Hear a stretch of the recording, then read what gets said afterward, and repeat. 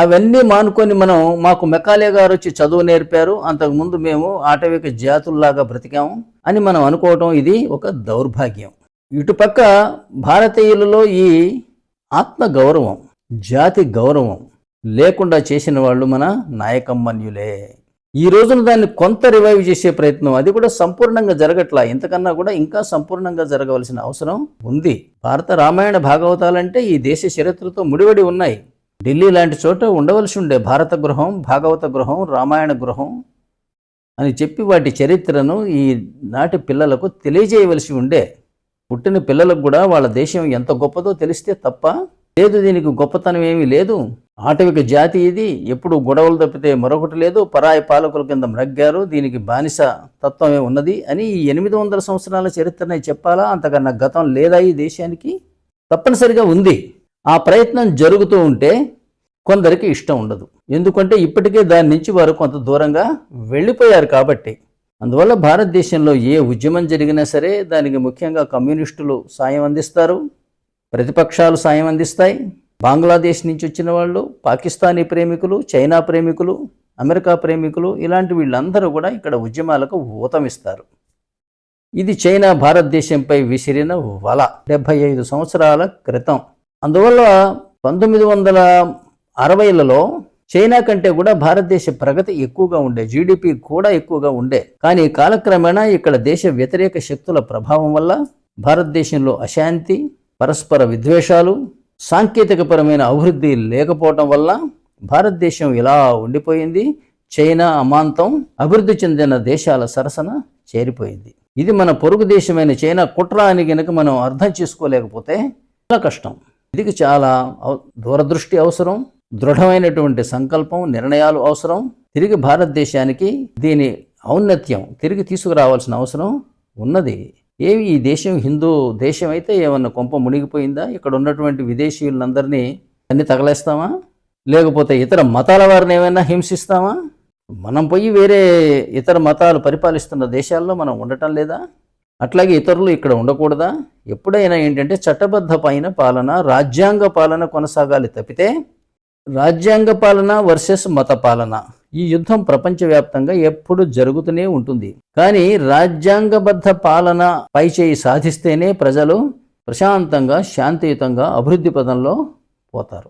ఎవరి మత సిద్ధాంతం వారికి గొప్ప, రాజ్యాంగం కన్నా గొప్ప అనుకున్నప్పుడు ఈ వైషమ్యాలు తప్పవు.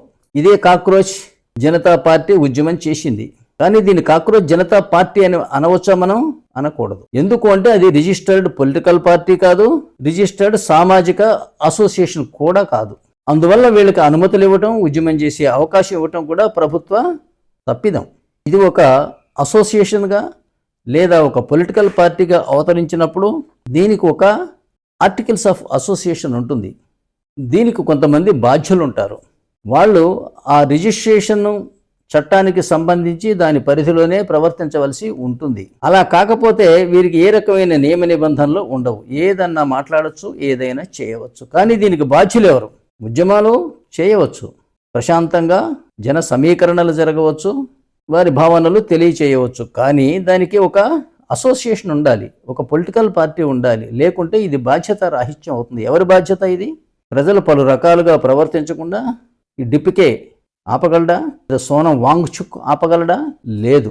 అందువల్ల ఏంటంటే ఈ చట్టబద్ధంగా రిజిస్టర్ కాని వ్యవస్థలు, కాని వ్యక్తులు ఉద్యమాలు చేస్తానన్నప్పుడు అది కూడా బాధ్యత లేకుండా ఇంటర్నెట్ ద్వారా ప్రజలను ఆహ్వానించినప్పుడు అందులో అనేక రకాల మంది, అనేక రకాలైనటువంటి నేరస్తులు కూడా అందులో జాయిన్ అవుతారు. అలా జాయిన్ అయితే వాళ్ళకి ఆయుధాలు అందించడానికి కొంతమంది సిద్ధంగా ఉన్నారు. కొన్ని పొరుగు దేశాలు కొంతమంది వాళ్ళకి స్విగ్గీ, జొమాటోల నుంచి రుచికరమైన ఆహార పదార్థాలు అందించడానికి సిద్ధంగా ఉన్నారు.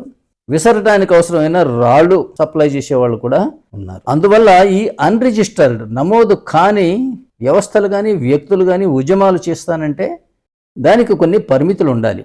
ఒక 5 మంది, ఒక 10 మంది ఒక చోట చేరవచ్చు. ఇలాగ లక్షల మందిని బాధ్యత లేకుండా పిలిస్తే వాళ్ళని కట్టుబాటు చేయటం ఎవరి తరం కాదు. ఈ ఉద్యమం జరిగిన తర్వాత చూస్తే ఒక ట్రక్ లోడు రాళ్ళు అక్కడ పడి ఉన్నాయి. అనేక మంది ఐపీఎస్ ఆఫీసర్లు కూడా తలలు పగిలి తీవ్రమైనటువంటి గాయాలు తగిలి ఉన్నారు. స్విగ్గీ, జొమాటోల డబ్బాలు కుప్పలు కుప్పలుగా పడి ఉన్నాయి. దీనంతటినీ మనం శాంతియుత ప్రదర్శన అనదామా? శాంతియుత నిరసన అని అందామా? ఎంత మాత్రం కాదు. ఈ ఉద్యమంలో చేసిన స్లోగన్స్, ఒక ఆవిడ అరుస్తోంది భారత మాతకి ఎంతమంది మొగుళ్ళు అని. What is this? అంటే భారత మాత మీద గౌరవం లేని వాళ్ళు, భారతదేశం మీద ప్రేమ లేని వాళ్ళు, భారతదేశంలో అస్థిరత సృష్టించాలనుకునేవాళ్ళు, ఇలా అనేక వర్గాలు నీ ఒకందుకు పోస్తే నేను ఒకందుకు తాగాను అని ఈ ఉద్యమాన్ని ఉపయోగించుకోవడానికి దేశ వ్యతిరేక శక్తులు అనేక మంది అందులో కలిసిపోతున్నారు. దీని పట్ల చాలా అప్రమత్తంగా ఉండవలసిన అవసరం ఉంది. ఇలాంటి ఉద్యమాలు ఎవరు మొదలు పెడితే ముందు వాళ్ళని కండిషనింగ్ చేయాలి. లేకపోతే ఇవాళ మనం నేపాల్, బంగ్లాదేశ్, శ్రీలంకలో ఏం జరిగిందో చూసాం. అటువంటి భారతదేశంలో రిపీట్ చేయాలని మన శత్రు దేశాలు ఎల్లప్పుడూ కూడా ప్రయత్నాలు చేస్తూనే ఉంటారు. ప్రజలు అప్రమత్తంగా లేకపోతే ఇది ప్రమాదం. ప్రజలే కాదు, ప్రభుత్వాలు కూడా. వారు విద్యామంత్రి రాజీనామా చేయాలని డిమాండ్ చేశారు. అలాగే మరొక 36 డిమాండ్లు చేశారు. ప్రభుత్వం ఇన్ని రోజులు ఎందుకు ఆలస్యం చేసిందో తెలుసా? వీళ్ళు అడగగానే విద్యామంత్రిని కనుక బర్తరఫ్ చేస్తే నెక్స్ట్ ఏమంటారంటే చీఫ్ జస్టిస్ ఆఫ్ ఇండియా రాజీనామా చేయాలి, ఇలాంటి మాటలు వాడినందుకు అంటారు. లేదా నరేంద్ర మోడీ లేదా రాష్ట్రపతి రాజీనామా చేయాలని ఉద్యమం చేస్తారు, నిరసన దీక్షలు చేస్తారు. వీళ్ళేనా ఈ దేశాన్ని నడిపించేది?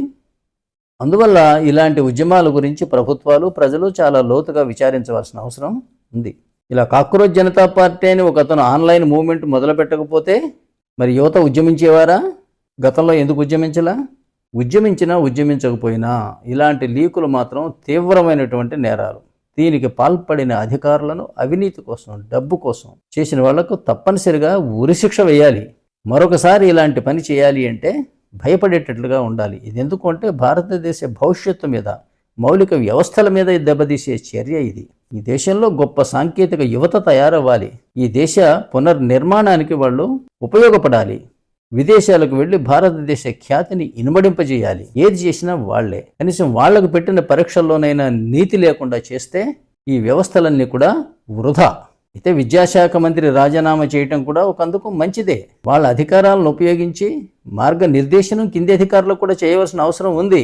ముఖ్యమైనటువంటి సంఘటనల్లో వాళ్ళు కూడా పాలు పంచుకొని నియమ నిబంధనలు కానీ ఎలా కొనసాగాలి, ముందుకు సాగాలనే విషయం మంత్రుల స్థాయిలో కూడా వాళ్ళు కంపల్సరిగా ఇందులో ఇన్వాల్వ్ అవ్వాలి. ఇది దేశానికి ఒక పెద్ద గుణపాఠం. గతంలో జరిగిన తప్పిదాలకు ఇలాగే అనేక మంది రైల్వే మంత్రులు, ఇలా కొంతమంది మంత్రులు రాజీనామాలు చేసిన సంఘటనలు ఉన్నాయి. అంత మాత్రాన మళ్ళీ రైల్వే ప్రమాదాలు అంతటితో ఆగిపోయినాయి అని కాదు. కానీ ఇలాంటివి జరిగితే ఆ మంత్రి గారి పదవి పోవడంలో కొంతవరకు న్యాయం కూడా ఉంది.